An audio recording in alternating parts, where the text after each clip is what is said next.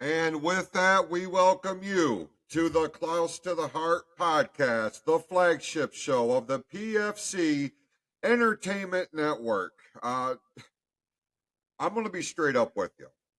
I don't know how this is going to turn out because we are still trying to navigate through this new system here that is going to shift if we stay in this realm. That's going to shift our recording over to Riverside.fm, and I'm trying to give this thing a fair chance. I really am, and I'm playing around with the different options on here, but at the same time, I have to keep in mind that there is a contingent of our listening audience that, let's be honest, their patience level for the trial and error portion of this part of it is minimal at best, and I understand that. I take that into consideration. Believe me, I'm frustrated too. I'm frustrated that I even have to go this route because, like, I got acclimated and I got comfortable with everything that we were doing before we get the notification that everything is moving over to Riverside. If I stay with Spotify here as the preferred platform, but I mean, this is where my archives are at. You know what I mean? Like, over all of the shows that we do have done, there's over 550 different episodes in my archives, and I don't want to lose that. That's a lot of time, a lot of effort, and so I'm trying. I'm really trying to play around with this to get this acclimated, to get this um, to get all the bugs worked out. So by the time June rolls around, um, I will have a pretty good idea of what has to happen to make this thing work. Much like if you're watching this on Riverside, if you're watching this on YouTube, again, um, I'm doing the best I can here. I don't know how all this is going to play out in the long run, but that's why there it may be a little wonky, like with the signature and the rating and things of this nature. Like, this has to be incorporated into the presentation, if for nothing else, to cover my own ass. um, but be that as it may, we certainly appreciate you taking time out to listen to the show this week or watch it, whatever the case may be here. And I don't really have a specific topic in on hand, but what I do have is a bunch of random thoughts, and I'm going to try to keep the subject matter exclusive to this show, so it's not a repeated thing that you may have heard the other day during the course of a conversation with one of the other co-hosts on here. And I get that that's where that gets a little frustrating at parts, and I understand that. Uh, but then, too, it doesn't happen often. And if it does happen, it's because it's something that resonates or has the ability to affect multiple, if not all, shows across the docket here. Every show under our umbrella. And so that's why I'm very passionate about making sure that, as the founder or the executive producer, like, we're putting out content in the absolute best way that we can. I mean, that's what all of this is about. The other part of this is, and this is, one of the many topics on hand here, or subject matters, whatever you want to call it. You A lot of people go to great lengths to make sure that they are giving everything of themselves to other people, because there's something internally that makes them feel good about being the go-to person, the one that is relied on, the one that's counted on, the one that Anybody else knows that if they need something, you're a phone call or a text message away. Like, that's important. Um, and this is what really, this is one of those moments in life that will challenge you and challenge your internal makeup as to what your intentions are, what your intentions are in real life. Because there's a lot of people that will present themselves in one way or another on social media. Because obviously, with social media, you are on a very public platform.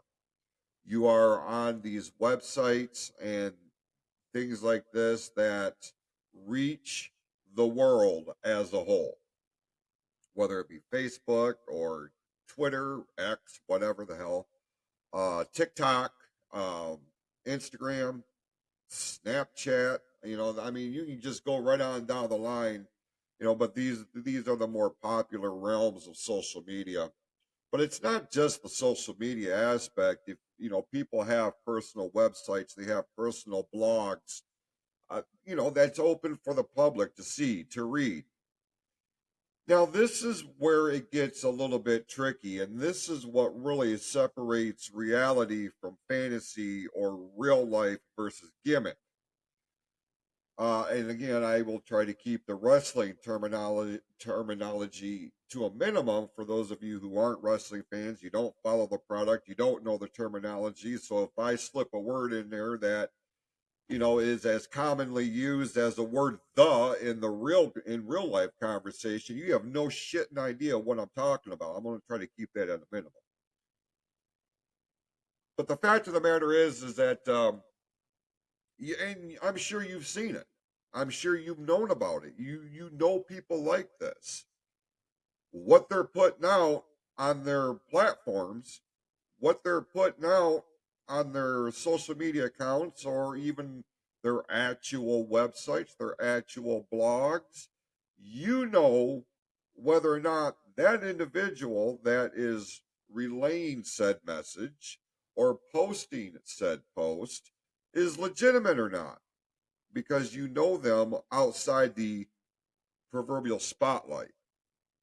You know them in an area of their life that is not consumed or influenced by their presence on social media.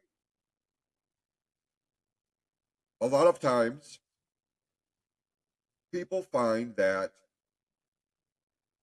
their uh, their public presentation is a stark, contrast to who and what they are in real life. And more often than not, the presentation in a public realm is in a much better light than they may be in real life. I see I see people get called out on this all the time. I've had people try calling me out about it. And I think that's one of the things that I kind of want to, why we're touching on this week, because I came under fire. Now, what I will say is that the gentleman who reached out to me in the last week went the appropriate and professional manner in dealing with something like this, because I have maintained, I have said at nauseum,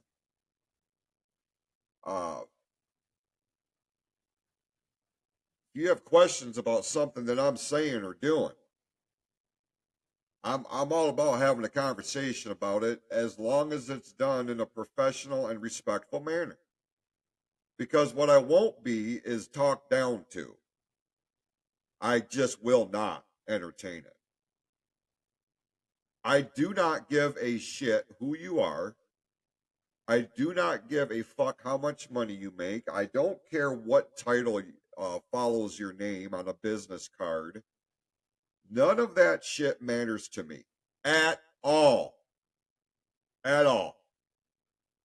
while you may present yourself and your title or your role or your situation as greater than, in my view, it does not register like that. Because that type of mentality demonstrates to me that you have neglected a very important part of the basic fundamentals of your existence as a human being. You have put more stock into another aspect of your existence that has taken at least one of your feet off the ground, off the foundation. And when that happens, you lose a certain aspect of reality. I have no problem being the one to remind you of it. Because again, I do not care. A lot of you are going through significant seasons of change in your life. A lot of you have deemed that the particular and current course of action that your life is traveling is not what we would call firing on all cylinders. And some changes have to be made. Because there's a renewed emphasis for a lot of us on trying to achieve a better degree of happiness and internal peace. There's a growing contingent of our society, a growing number of people who have simply had enough of all of the bullshit, all of the negativity, all of the unnecessary drama that they either find themselves being sucked into or spend a stupid amount of time paying attention to, when at the end of the day, it does not affect you or your course of action, your life. You want an example of this? Go on one of your neighborhood, your your your your discussion groups on Facebook. I'm part of a few of them here, because, well, I've moved a stupid amount of times within the last calendar year and a half. So with that, because I want to know what's going on in the community in which I live, so I would sign up, be part of these discussion groups. All you got to do is spend 15 minutes on your particular neighborhood group. Do some scrolling, see what the initial message was or post was or inquiry was, and just look at the thread and see the difference in responses. There are those who are giving the actual response to the question or the comment or to whatever started the thread, and then you've got the other jackass on the other side of the equation that thinks he's being funny or thinks he knows more than he really does and wants to start throwing, insults and little jabs and things of this nature in an effort to be funny or in an effort to appear intelligent. These are the people that I'm talking about. Because at what point did your smartass remark, did your smartass comment answer the question at hand? Listen, part of the problem with our society, part of the reason why there is such an overwhelmingly aura of negativity is because these people who go on these threads and for no other reason, just to be a jackass. Because in their mind, they think that they're funny, they think that they're humorous, they think that they're becoming relevant. These are the kind of people that have lost a sense of reality, because what they've said, what they've spent time and energy on, is wasted, because it does not do anything for the original question in hand. These are the kind of people I steer away from, because you're demonstrating a sense of who and what you are, and generally these are not people I spend my time or energy on, because you're living in a false reality where ignorant points of view like this are supposed to be celebrated, and amongst your clique and amongst your group of friends and whoever else, they may think that what you said may be the funniest and wittiest and thing that's ever been written. You're wrong. Fundamentally, you're wrong. Hate to be the one to tell you that, but I am. I will be. Now, it's in instances like this that I have found that that kind of individual who posts that kind of questions or comments or smart ass remarks or whatever the case may be, that is them in real life. Unfortunately, it's on the wrong side of the spectrum, because, you know, when you conduct yourself in that manner, you are not overall perceived as a positive example of your community. In fact, it is the opposite. You are looked upon as a stain. You are a blemish. You are a source of concern, and any other ill feeling that you want to put into this. But it doesn't have to be that way. You've made a concentrated effort and decision to conduct yourself in this way. Fundamentally, you just go through life being an asshole, and you are completely okay with that. I mean, that's fine. But you can't get all butthurt when someone takes exception to your controversial and oftentimes irrelevant and uninformed point of view. At the end of the day, nobody gives a shit. So you've wasted a lot of your own time and effort for absolutely nothing. So let's look at the other side of this.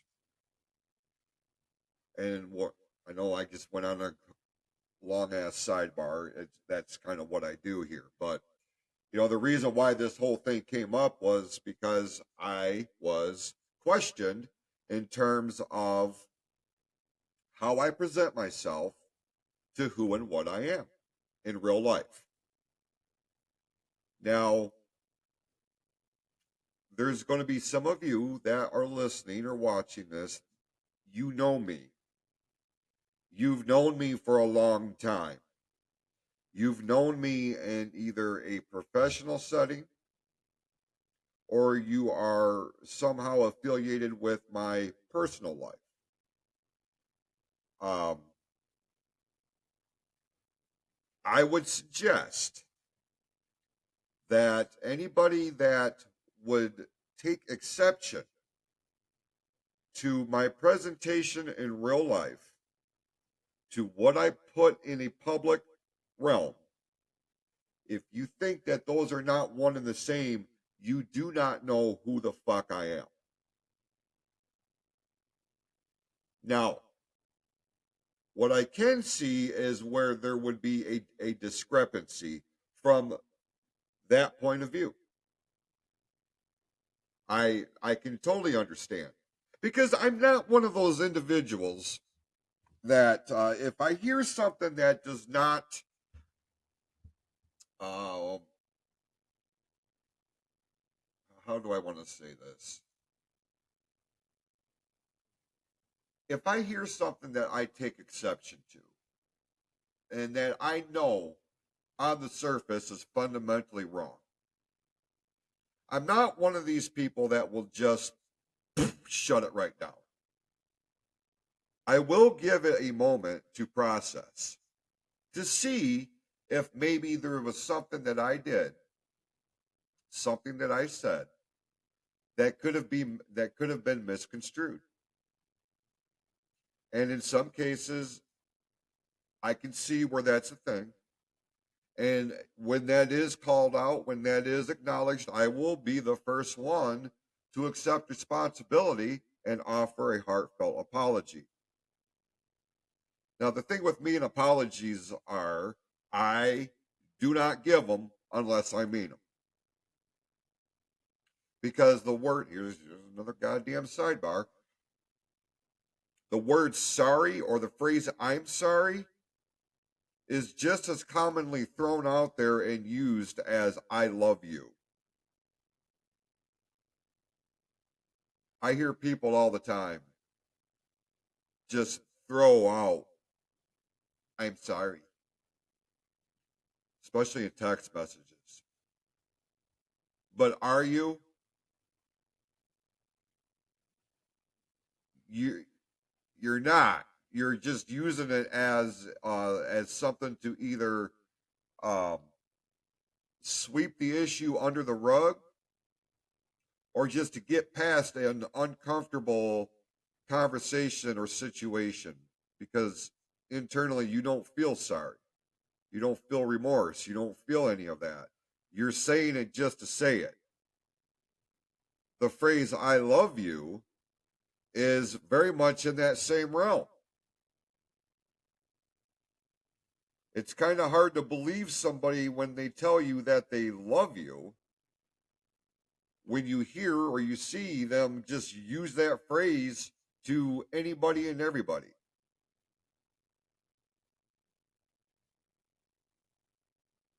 So I just, it's one of these things, man, that I'm all about communication as long as it's done respectfully and appropriately.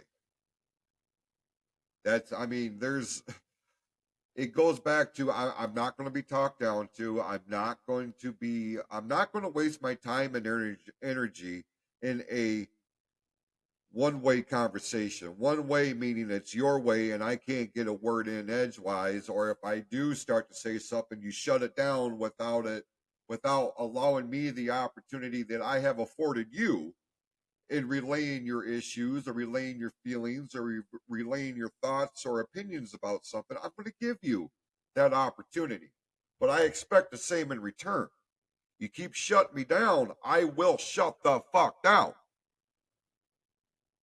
And I will move on accordingly in relation to what's going to maintain my inner peace. And more often than not, especially in recent weeks, months, a lot of people are having a real fucking problem with that because they never thought that they would be on the other side of that proverbial boundary that is now in place. You have presented yourself as somebody that I am not going to dedicate a tremendous amount of time, effort, or energy on because it's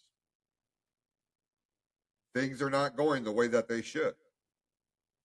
Now, and this goes back into what I was called out on because this gentleman, like I said, challenged me as to what I put out in the public realm versus how I am in real life. And I followed that up with this individual does not know me on a personal level.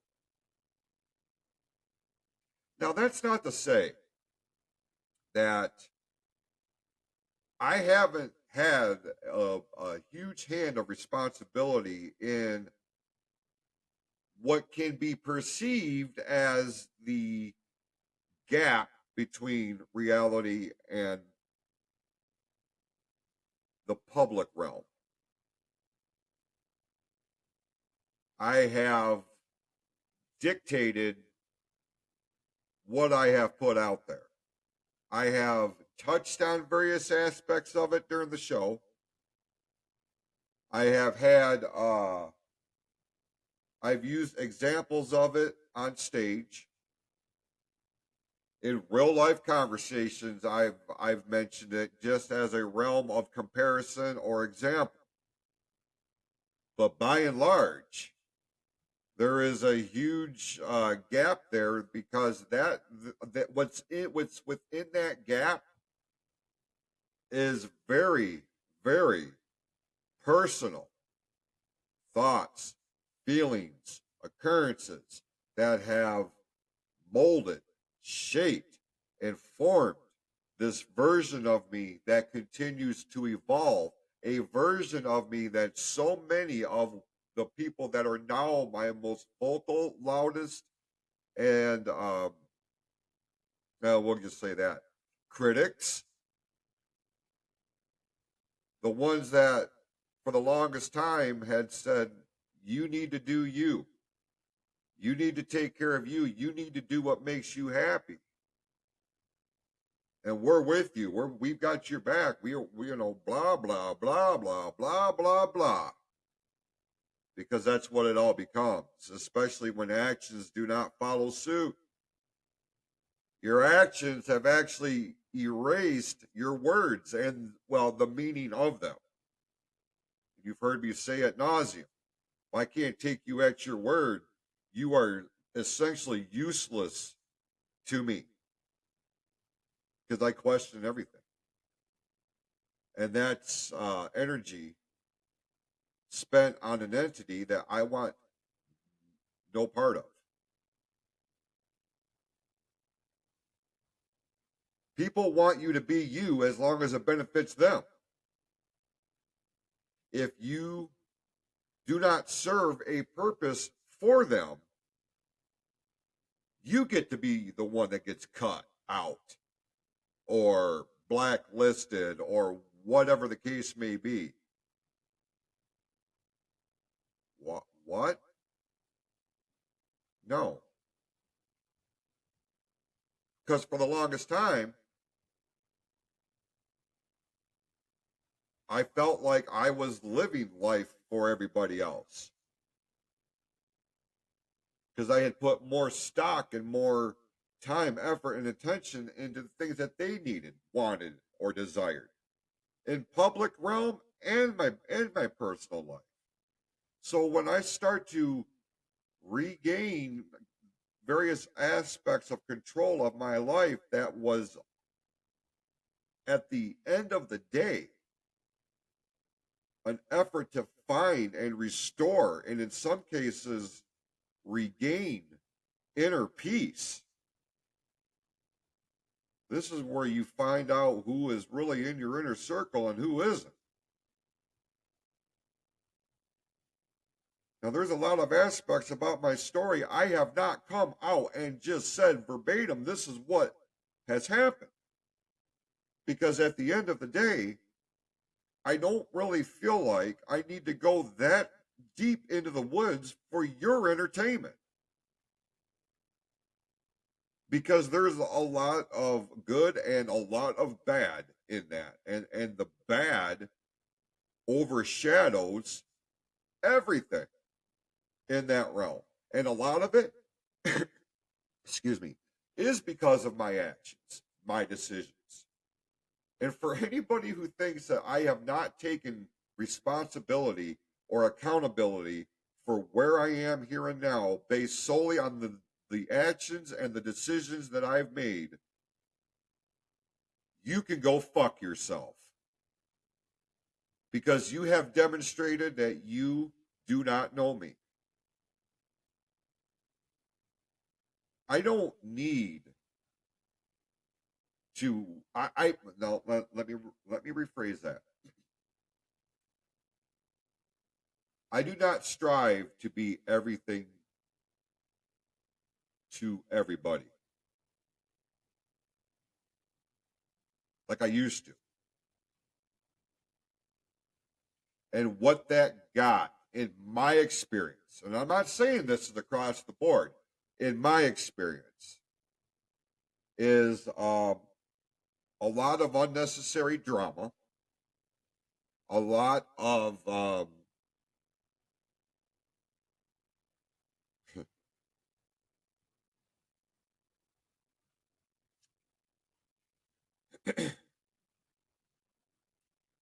this whole thing has been nothing short of a life lesson. I really got an opportunity to see a number of things. I got to see what all I had in me, knowing how I am, knowing how I've been. I'm very much a routine guy, man. Like when you like I am a routine guy because there's some like I have control of that. And I realize in a lot of aspects I am a control freak. The reason why I'm a control freak is because anytime I've tried to delegate or anytime I've had to or tried to rely on other people, I have wound up being disappointed if not fucked over. So you that happens time and time and time again, and you start to develop internal defense mechanisms because it conjures those feelings that I don't want to deal with on the daily basis.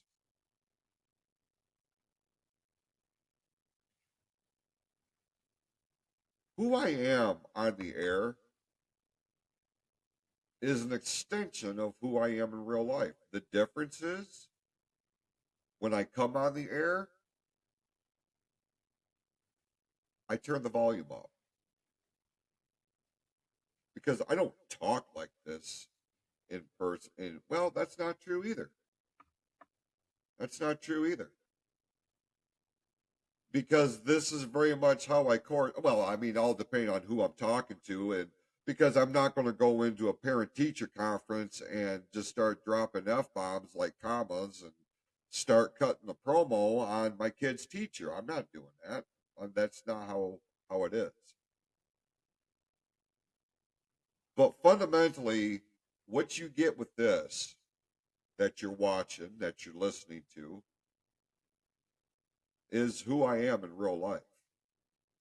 I'm just a little bit more animated in this because this is my controlled environment.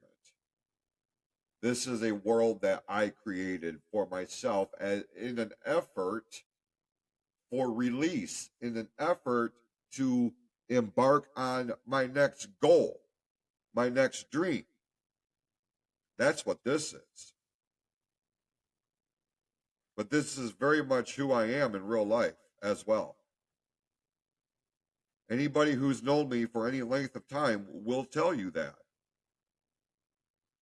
And anybody that differs with that, it's because they are not dialed in to who I am in my real life at the end of the day.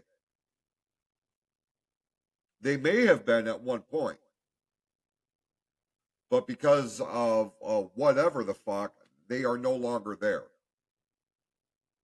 And in my mind, it's because they have demonstrated themselves in a way that threatens or challenges my inner peace. And again, we don't do that around here. Not anymore. So I understand why, for a lot of you, I am the heel. I am the villain of the story. I understand that. Uh, I guess in some regard, I can respect that. But hopefully, you're not so wrapped up in your own stance on things that the reality is I'm not the one tuning into your show. You're tuning into mine. I am not somebody that waves the flag of what I do. I do not walk into Meijer to do some grocery shopping and upon the entry into the store announce that I am the founder of the PFC network. When I was in the wrestling business, I did not walk into a restaurant and announce myself as the Michigan Wrestling Organization champion. Do you understand what I'm saying? I don't use this network as my identity. It's a huge part of who I am, but it's not what I am. I hope that makes sense because there is a line between the two. I mean, I don't know what some of you folks are waiting for. Well, yeah, I do. What you want me to do is you want me to come on the air and put myself on blast for things that I have done, things that I have said, and for the tremendous amount of people that I have hurt over the course of my life. Do you think I feel good about that part of it? I don't. Because even with my change in mindset, my change of focus, I still I don't have a desire and I don't seek out ways to purposely hurt people. I don't. I that's one of the things I hate most about me is the fact that I have hurt people. Some tremendously. But you know what I hate just as much? I hate the fact that those that I have hurt a lot of times, not exclusively, but a lot of times, the actions that I did to hurt them were as a response to their actions and how they hurt me, and they don't give a fuck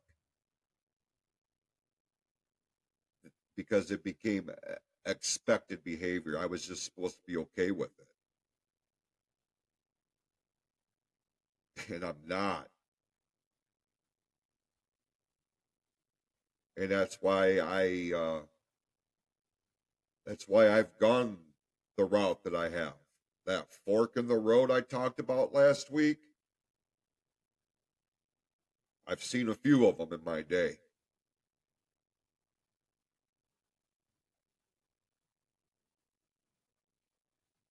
I am I am pretty guarded about how much of my personal life I do put on a public forum. But listen, make no mistake about it. You can go through how many hundreds of hours of conversation that I've had since the launch of this network, and you can pick out enough pieces of the puzzle to put the picture in place.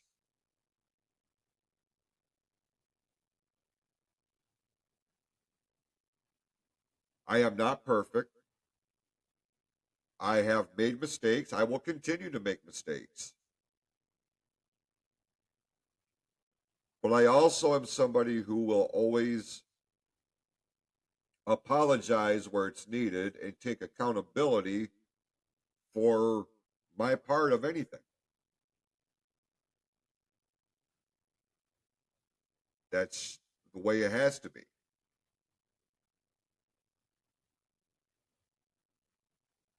So what you see essentially is what you get. And I'm sorry that, well, I'm not. I'm not sorry. I'm not sorry that you are not in the position to actually have an actual gauge on how close personal and public really are because you've probably put yourself in that position.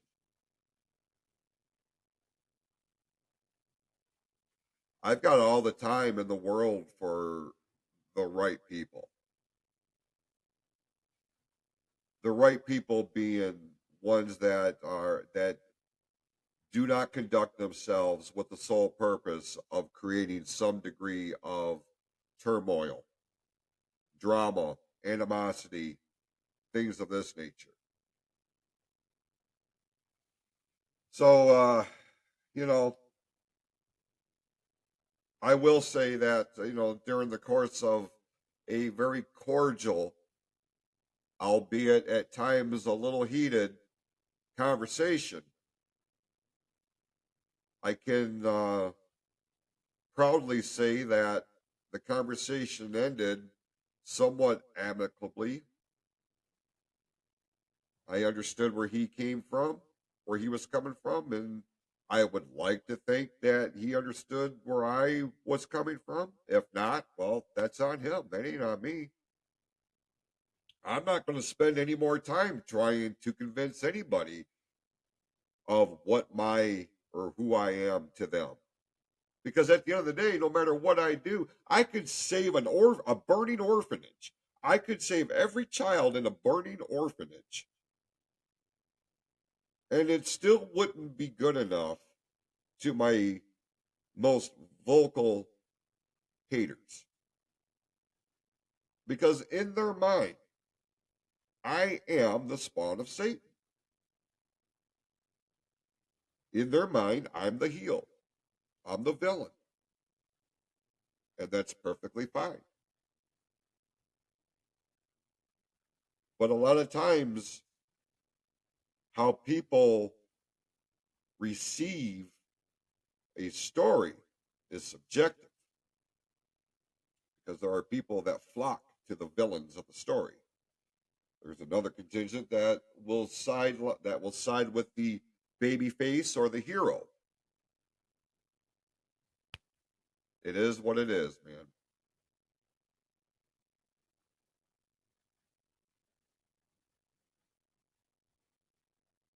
So I wanted to take a few moments there. Well, it's obviously more than a few, but uh, I wanted to address that, and then to follow that up with, is what you're putting out there exactly who you are? And if you're being called out on it, if you're being called out for being disingenuous, you may want to consider the source, first of all, right? But if somebody meaningful to you, important to you, starts to question who and what you are, you're probably going to want to take that time. Don't get defensive. Don't get all shitty about it. Just kind of take a step back and be like, okay, well, what is there something that I'm doing that is being perceived this way that's not my intention? Is there some subtle change that I can make to make sure that this does not become a reoccurring thing? Because sometimes that's the open door of communication. There's a problem. Let's discuss it. Let's fix it. Let's move on. That's why I'm a huge proponent of communication when done properly.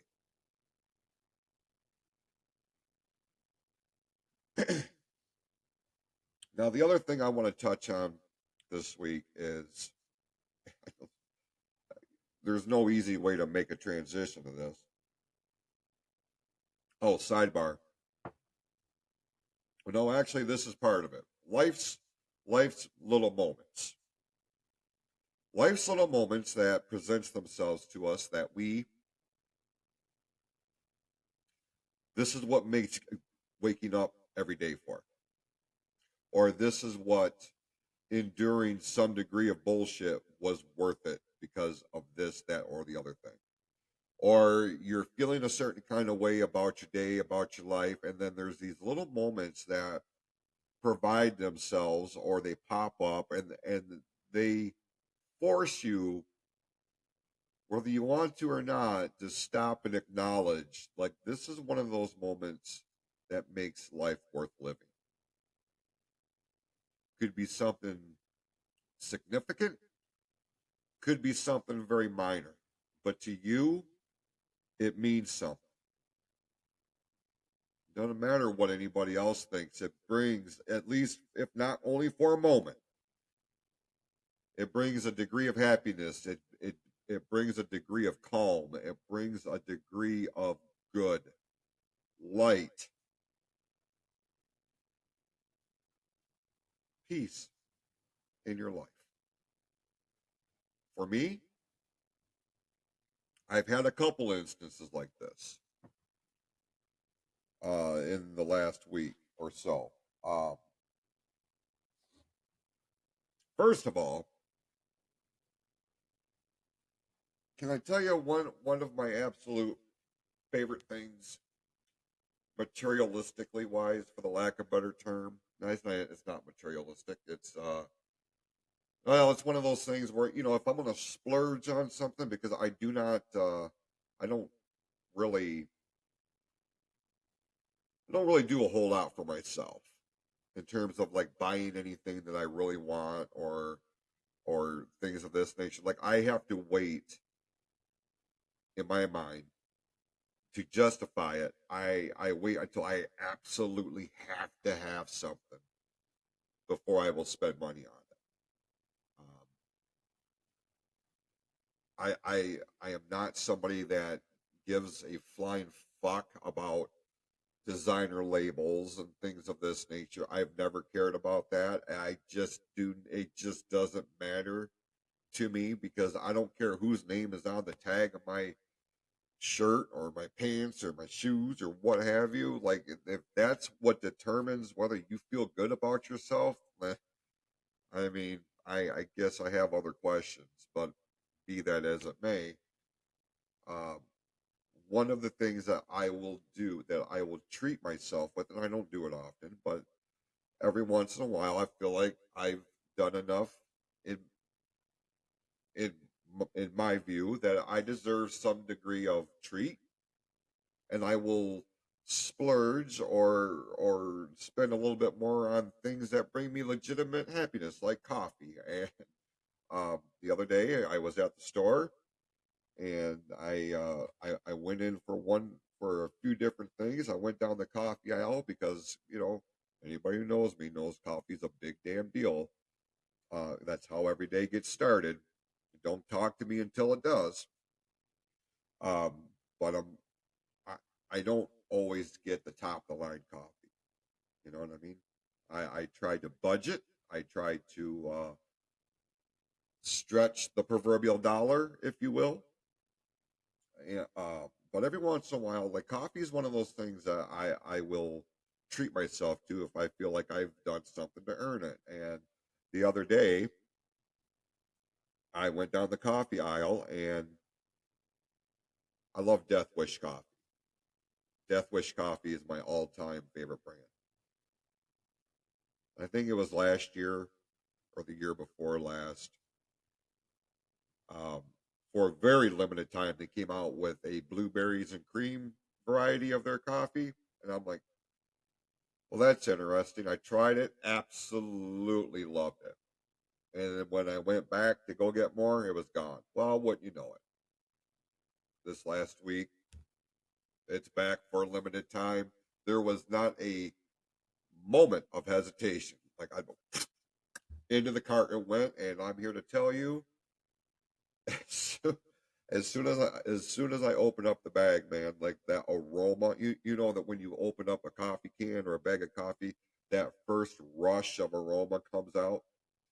It has smelled like blueberries in the kitchen for the last 2 days since I've opened up that bag, and oh my God, I'm so happy about it. It's one of life's little things. This past weekend provided another one of those moments. Actually, several of those moments, which within a concentrated amount of time. I went to, I took my daughter, Liberty, to the daddy daughter dance. And at first, she didn't want to go because it was Barbie themed, and she doesn't really give a shit about Barbie, um, which was fine with me. Her mom had, her and I were talking, and um, she said, Libby wasn't really feeling it because of the Barbie theme and this, that, and the other thing. And I'm like, well, that's fine. You know, we can pick a day. We can go that night. We can just, if she wants to get dressed up, I'll get dressed up, and we'll just go do our own thing. It doesn't have to be at a dance or what have you. Well, then, several of her little girlfriends that decided that they were going to go. So then she wanted to go. So then we went and did the damn thing. And a couple of things stand out to me about that particular evening. And it dawns on me that my youngest child, my little girl, at the age of 10 years old, is very much her father's daughter because she has, without even realizing it, tapped into that part of her inner existence that appreciates the little things in life.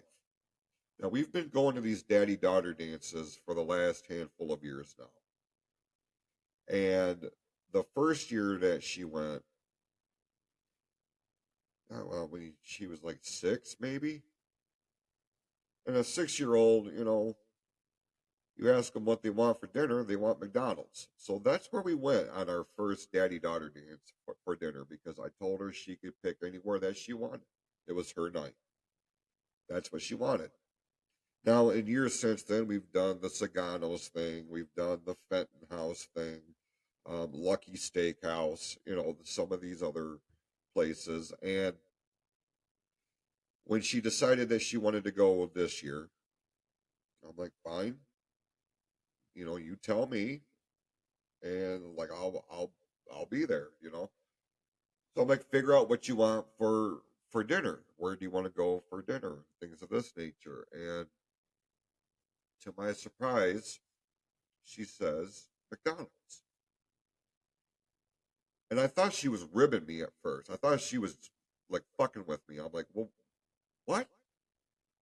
I thought if I was gonna lay money on it, I would have bet she would have said Sacanos because that's like her favorite place. And she's like, no, I'm serious. And I said, why? She said, because I had more fun with you there than any of the other fancy places that we've gone to. And the Shamrock Shake is back. I'm like, well, I understand that. And leading up to the day of, I'm like, are you sure this is what you want to do? And she was adamant. And we went to McDonald's and sat down in our fancy clothes, looking like we did, and just sat there and enjoyed each other's company, laughed, joked. Um, and I have, and at even at 10 years old, it was like I was having a conversation with somebody that was twice her age, and it was dawning on me just how fortunate I am that with despite all the bullshit I put her and my son through,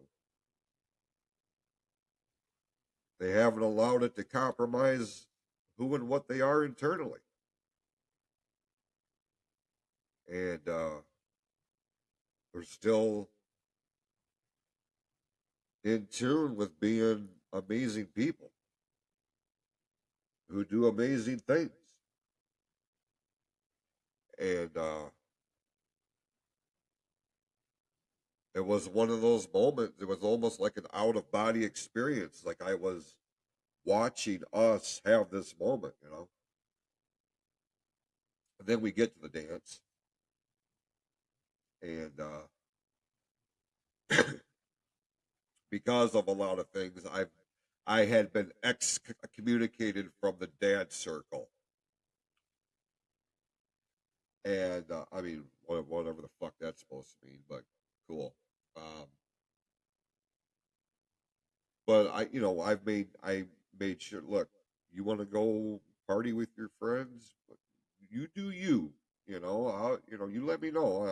I just let me know where you're at. And there was a couple of moments where I watched her interact with her girlfriends and just the happiness on her face. She has one of those laughs that when that laugh comes out, you know it's legit. That happened a lot, and that it was actually one that got caught on. Like I took a picture of it because they had like a Barbie photo booth thing, so they were all together making silly faces and duck lip poses and all this other shit. Uh, and they all broke out into this heartfelt laugh. And I was actually able to capture that in a picture. And it is now one of my favorite pictures of her because she's in her element, she's with her people, and she's in her moment. And it's one of those things that puts life in perspective. We cannot ever lose sight of that. So, with that, we're going to put a bow on this week's episode. I certainly appreciate you being patient with me as we try the trial and error thing of this with Riverside, and hopefully is this turns out okay. Otherwise, I'm going to have to do a re-record. So I guess we'll find out. um, but check out the website. Right by the time you hear this, pfcnetwork.net will be the new website for. It's going to be the same website, just has a new domain name. So check that out. Wildman Williams has a new entry up with some other updates, some more information about Fatal Four Way, which is making its debut on ONTV March the 8th. So head over there, check that out. If any questions, comments, feedback, show topic ideas, you can send it over to our Facebook page. Just look for Clouse to the Heart. So with that, go out this week, be awesome to yourselves and to each other, and we'll see you right back here next Tuesday with a brand new episode of the Clouse to the Heart podcast, the flagship show of the PFC Entertainment Network.